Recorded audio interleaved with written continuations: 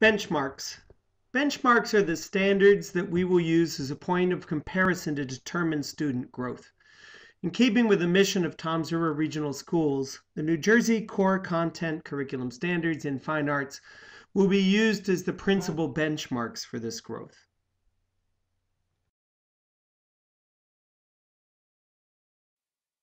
The New Jersey Core Content Standards in Fine Arts are divided into 4 broad standards: the creative process, history of the arts and culture, performance, aesthetic response, and critique methodologies.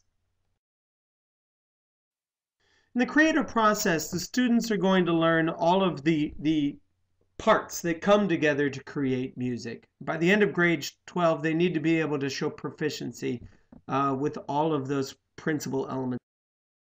That breaks down into 2 primary components.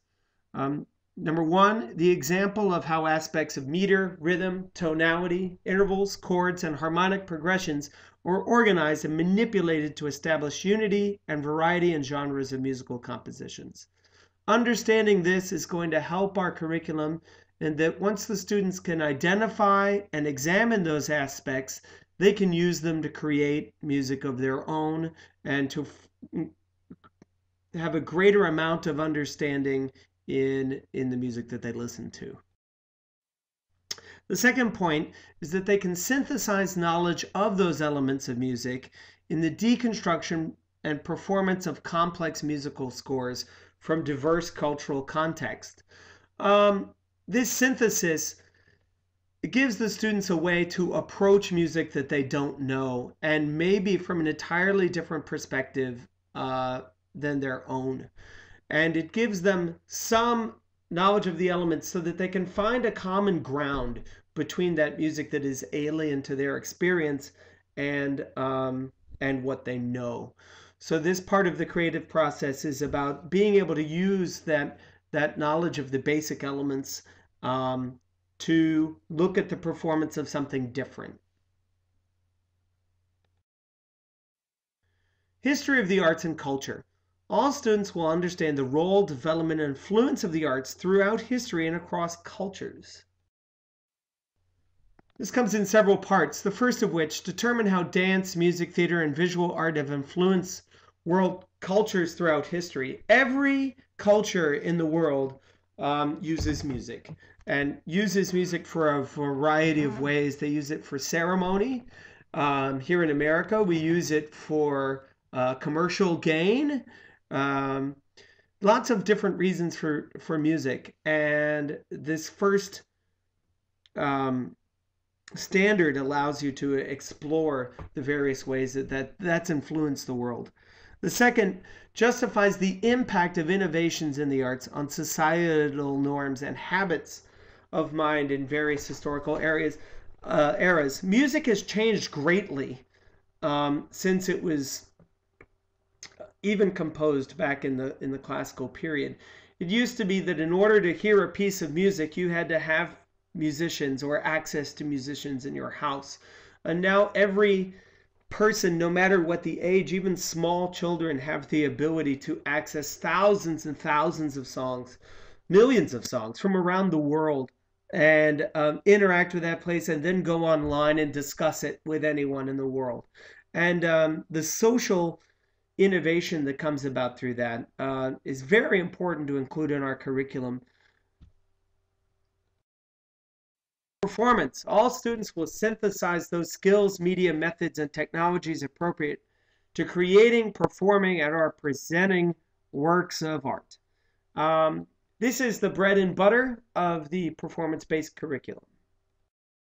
It comes in several parts. First, analyze compositions from different world cultures and genres with respect to technique, musicality, stylistic nuance, and or perform excerpts with technical accuracy, appropriate musicality, and the relevant stylistic nuance.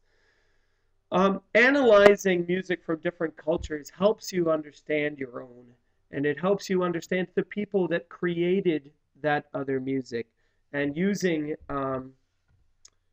the skills that we've acquired in the first 2 standards helps inform this. Second, analyze how the elements of music are manipulated in original or prepared music scores. This allows, literally through performance, the experimentation with elements and how they can change. 3. Improvise works through conscious manipulation of elements of music using a variety of traditional and non-traditional sound sources, including electronic sound generating equipment and music generation programs. In our curriculum, we'll be using iPads and GarageBand and Music Studio to write our own arrangements, and we'll be using those to experience and manipulating all of the modern ways to generate sound. For number 4, arrange simple pieces for voice or instrument using a variety of traditional, non-traditional sound sources or electronic media, or analyze prepared scores using music composition software. This goes together with 3. 3 is more improvisatory, which we will be doing in class, and allows the students to experiment playing something while they're singing using GarageBand. 4 is where we actually take that information that we discovered through improvisation and we interpret it into full arrangements. Aesthetic responses and critique methodologies. All students will demonstrate and apply an understanding of arts philosophies, judgment, and analysis to works of art in music. Aesthetic responses. Use contextual clues to differentiate between unique and common properties and to discern the cultural implications of works of dance, music, theater, and visual art. As I said before, many cultures use music for very different things.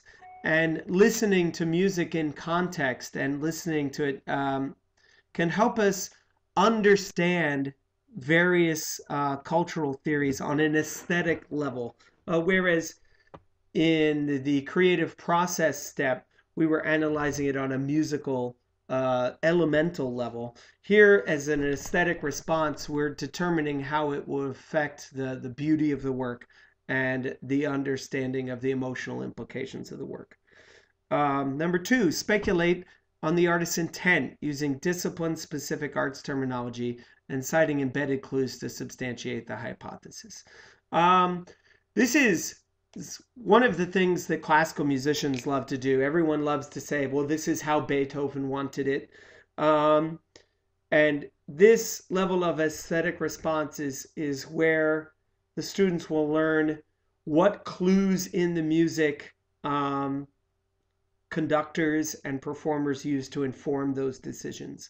And we'll be able to use those same clues to make interpretive decisions of their own. Develop informed personal responses to an assortment of artworks across the 4 arts disciplines, using historical significance, craftsmanship, cultural context, and originality as criteria for assigning value to the works. Value is a very difficult concept to nail down in that fundamentally, I believe that value is something that is assigned personally by the learner. In this standard, however, value is meant to be interpreted as value by society or value by the culture. So using historical significance, craftsmanship, cultural context, and originality, the students can determine and understand why a piece has been given layers of value by the culture, why a piece is determined as valuable to learn. They can then use that information, and I think more importantly, to determine whether or not a piece is valuable to them personally, whether or not it adds value to their life to the same extent to which it adds value to the culture. Number 4 is evaluate how exposure to various cultures influences individual, emotional, intellectual, and kinesthetic responses to artwork. This context allows music as a vehicle to understand greater culture and greater society.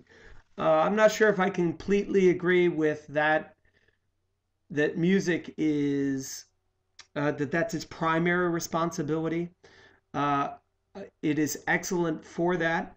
However, I think music is much more multidimensional than that. What's really interesting is this allows the students to develop their own response in regards to culture and help to determine how they wish to interact with culture in the future. Critique methodologies. Formulate criteria for arts evaluation using principles of positive critique and observation of the elements of art and principles of design, and use the criteria to evaluate works of art.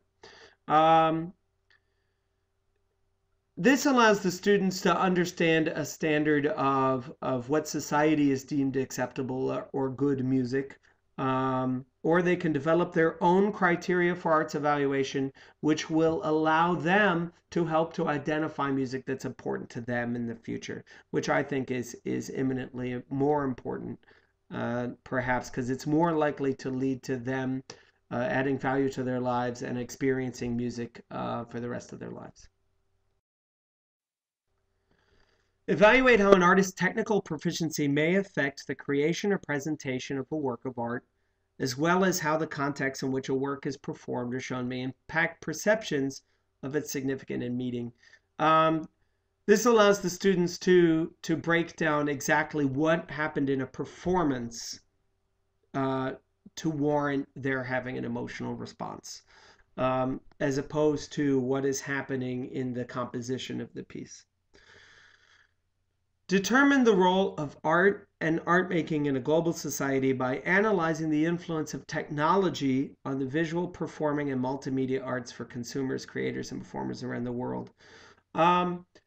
Technology has changed everything. It's an all new ball game out there, folks. And the role of art and art making in a global society is important because for the first time, music is a truly, truly, completely global endeavor.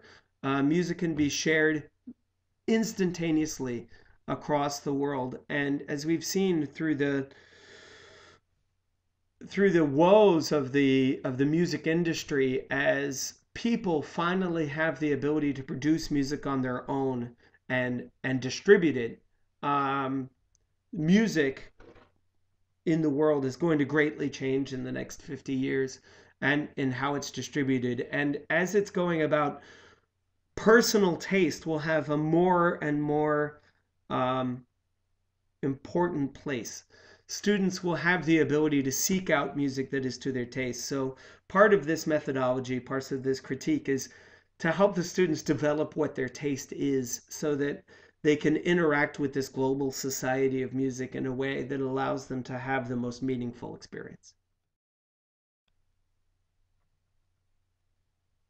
Methods of music education.